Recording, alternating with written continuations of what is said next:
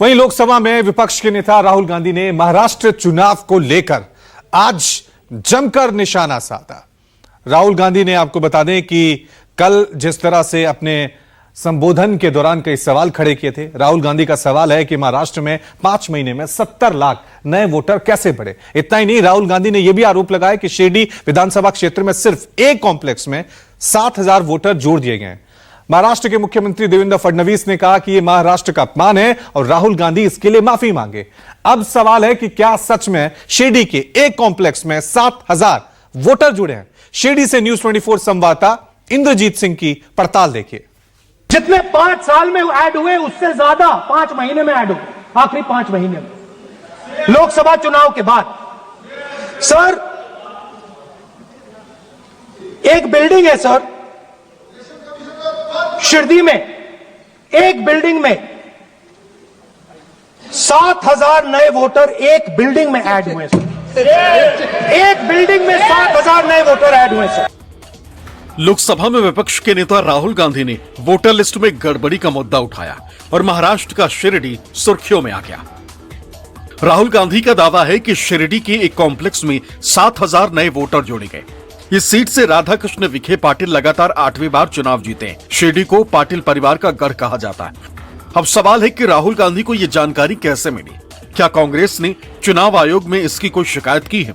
इसका जवाब जानने के लिए हम मुंबई से शिरडी पहुंचे। महाराष्ट्र का शिरडी विधानसभा क्षेत्र इस बार सुर्खियों में है। ये सुर्खियां इसलिए बनी हैं क्योंकि लोकसभा में विपक्ष के नेता राहुल गांधी ने आरोप लगाया है कि महाराष्ट्र विधानसभा चुनाव के दौरान शिरडी विधानसभा क्षेत्र के सिर्फ एक कॉम्प्लेक्स से 7,000 नए वोटर जोड़े गए। यानी कहीं न कहीं चुनावी प्रक्रिया पर राहुल गांधी ने सवाल उठाया है। इस वक्त हम शिरडी साई संस्थान के बाहर मौजूद हैं। अगर इस पूरे विधानसभा क्षेत्र की बात करें तो ये शिरडी साई संस्थान के नाम से ही जाना जाता है। इसे साई नगरी भी कहा जाता है और इस विधानसभा क्षेत्र पर राधाकृष्ण विखे पाटिल का जो परिवार है उनका करीब 35 सालों से कब्जा है। वो 8वीं बार यहाँ से विधायक चुने गए हैं। महाराष्ट्र के शिरडी विधानसभा क्षेत्र को साई नगरी भी कहा जाता है। राधाकृष्ण विखे पाटिल यहाँ से 8वीं बार के अपराजित विधायक हैं। धार्मिक नगरी बन चुकी शिरडी में हर दिन हजारों श्रद्धालु साईं बाबा के दर्शन के लिए आते हैं। महाविकास अघाड़ी से कांग्रेस के उम्मीदवार प्रभावती घोगरे राधाकृष्ण विखे पाटिल से चुनाव हार चुकी है। इस सीट पर एक बार प्रभावती के ससुर विखे पाटिल परिवार को हरा चुके हैं। प्रभावती का दावा है कि वो धनबल, ईवीएम और फर्जीवाड़े के कारण हारी। लोकल स्टूडेंट को भी कहा गया कि आप वोटिंग करने आइए, तो आप नहीं आएगा, आपका प्रैक्टिकल रखा जाएगा, आपका रिजल्ट नहीं मिलेगा। इस तरह धमकाया गया है। आप अपनी हार का क्या कारण मानती हैं? मैं खुद को हारी हुई नहीं मानती। हार का कारण था ये फर्जी वोटर, पैसों का सभी तरफ पैसा और बहुत सारी, ये तो बहुत छोटी बात है कि इस तरह ये 7,000 से ज्यादा, इससे भी ज्यादा घोटाला शिरडी में नजर आएगा। एक इमारत में 7,000 वोटर रजिस्टर्ड किए जाने के राहुल गांधी के दावे का रियलिटी चेक करने के लिए जब हम शिरडी पहुंचे तो वहां कोई कॉम्प्लेक्स ऐसा नहीं दिखा जहां 7,000 वोटर जोड़े जा सकते हो। लोकसभा में विपक्ष के नेता राहुल गांधी का दावा है कि शिरडी के सिर्फ एक विधानसभा क्षेत्र के एक कॉम्प्लेक्स में 7,000 नए वोटर जोड़े गए हैं।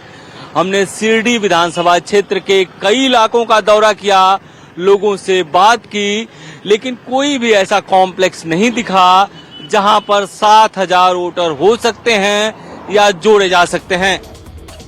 लेकिन जब हमने ये पता करने की कोशिश की कि राहुल गांधी को ये जानकारी किसने दी, तब पता चला कि कांग्रेस की स्थानीय उम्मीदवार प्रभावती घोगरे ने ये जानकारी महाराष्ट्र कांग्रेस के बड़े नेताओं को दी और फिर ये जानकारी राहुल गांधी तक पहुंची। प्रभावती का दावा है कि विखे पाटिल के जितने भी शिक्षण संस्थान हैं, चाहे मेडिकल हो, इंजीनियरिंग हो या फिर फार्मेसी, इनमें पढ़ने वाले सभी स्टूडेंट्स का वोटर आईडी कार्ड बनवाया गया और इन लोगों ने वोट किया। इतना ही नहीं, उनका ये भी दावा है कि इन लोगों ने 2-2 जगह पर वोटर लिस्ट में अपना नाम रखा, जिसकी शिकायत चुनाव आयोग तक भी की गई। हाँ, हमने चुनाव आयोग में पहले भी शिकायत की थी, वोटिंग के पहले भी। हमारे कांग्रेस तालुका अध्यक्ष एडवोकेट लोंढे जी, उन्होंने की थी कि यहाँ बोगस वोटर बढ़ रहे हैं, तो चुनाव आयोग ने कोई दखल नहीं ली। और बाद में भी हमने, जिस दिन ये हुआ, मैंने बहुत सारे लड़के लड़कियों को पकड़ा मैंने पूछा, वो मुझे मालूम है आप लोग कहते हैं कि वो उनके पास कार्ड है, न्यू एडमिशन वाले भी थे। चुनाव आयोग ने सब देखना चाहिए थे। हमने जो कंप्लेंट की उस पर कोई आज 3 महीने हो गए, कुछ दखल नहीं ली चुनाव आयोग ने। पता है कि राहुल गांधी को ये जानकारी कैसे मिली कि शिरडी के एक कॉम्प्लेक्स से 7,000 नए वोटर जोड़े गए। इसका जवाब स्थानीय नेता देते हैं। स्थानीय नेताओं का कहना है कि उन्होंने इसकी जानकारी महाराष्ट्र कांग्रेस के नेताओं को दी और महाराष्ट्र के कांग्रेस के जो नेता हैं उन्होंने ये जानकारी राहुल गांधी से शेयर की।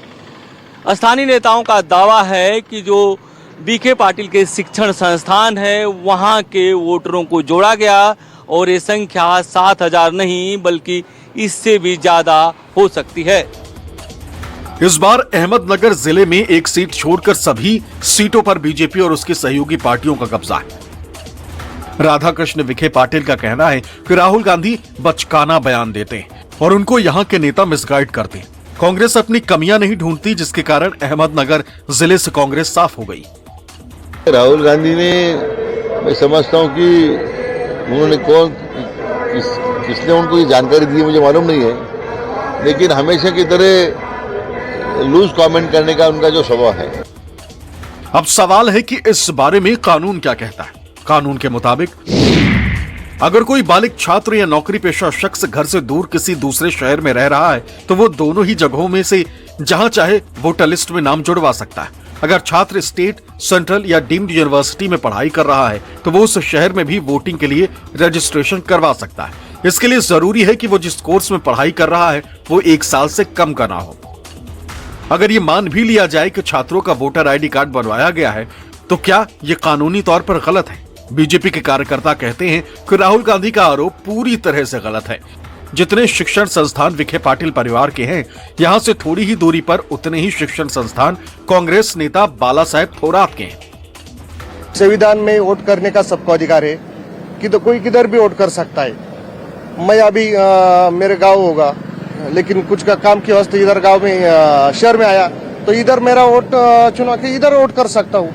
और ये ऐसा कुछ भी नहीं। और अच्छी बात बोली जाए तो पूरे लूनी में 14,000 वोट है और इसमें से 7,000 की एक कोई भी सोसाइटी भी नहीं है।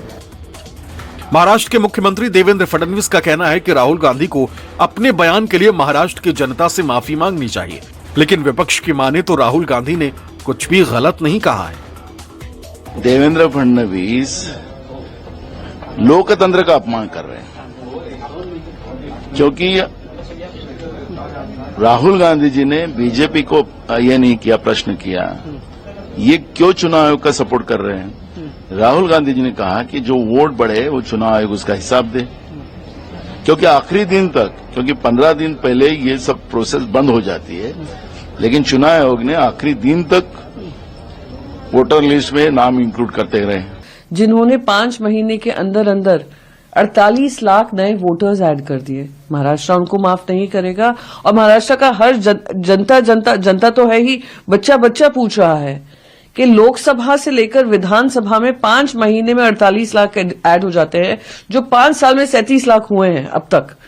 70 लाख नए वोटर्स आते हैं लोकसभा से विधानसभा में, 72 लाख, जिसमें से 70 लाख वोटर एडिशन होता है तो भारतीय जनता पार्टी के खेमे में। अब तो कोर्ट पूछ रही है हिसाब दो, और राहुल गांधी ने बराबर बताया 5 साल में जितने वोटर नहीं बढ़े उतने 4 महीने में बढ़ गए। तो ये चुनाव आयोग की नालायकी थी कि उन्होंने वोटर रजिस्टर नहीं कर रहे थे, क्या था, और 5 महीने में 5 साल का पूरा हिसाब कर डाला चुनाव आयोग ने। कल महाराष्ट्र को लेकर के राहुल जी ने भी कुछ बात कही, तो ये चिंता का सबब है। और इसलिए मैं बार बार कहता हूँ, इस चिंता का निराकरण तभी होगा जब इलेक्शन कमीशन ये तय करे कि वो आर्टिकल 324 के तहत फ्री एंड फेयर इलेक्शन का कस्टोडियन है, किसी पार्टी के हितों का नहीं। इस बीच महाराष्ट्र में शाम 6 बजे के बाद हुई वोटिंग को लेकर मुंबई हाईकोर्ट ने चुनाव आयोग को नोटिस दिया है। ये सवाल दागा है कि शाम 6 बजे के बाद जो वोटिंग हुई थी उसकी वीडियो रिकॉर्डिंग है। हाईकोर्ट ने चुनाव आयोग से कुछ और भी सवाल पूछे हैं, जिसका जवाब उसे 2 सप्ताह के भीतर देना है। आज नोटिस इशू की गई है, सेंट्रल गवर्नमेंट को, यूनियन ऑफ इंडिया को नोटिस इशू की गई है, चीफ इलेक्शन कमीशन को नोटिस इशू की है, और महाराष्ट्र के जो इलेक्टोरल ऑफिसर है उनको ये नोटिस इशू कर दी है, और कोर्ट ने 2 हफ्ते के अंदर उनसे जवाब मांगा है। 2 हफ्ते के बाद ये दोबारा कोर्ट के सुनवाई पर आ जाएगी, और उस वक्त मेरे ख्याल से फाइनल हियरिंग की शुरुआत होगी, ऐसा मुझे लगता है। शिरडी अहमदनगर जिले के 12 विधानसभा क्षेत्रों में से एक है। इसमें जिले की राहता और संगमनेर तहसील का हिस्सा शामिल है। साइंस संस्थान के कारण इस विधानसभा क्षेत्र को पूरे देश में जाना जाता है। इस विधानसभा क्षेत्र के विकास में शिरडी साई ट्रस्ट का बड़ा योगदान है, जिसकी सालाना कमाई 400 से 500 करोड़ रुपए के बीच है। इंद्रजीत सिंह, शिरडी, न्यूज़ 24।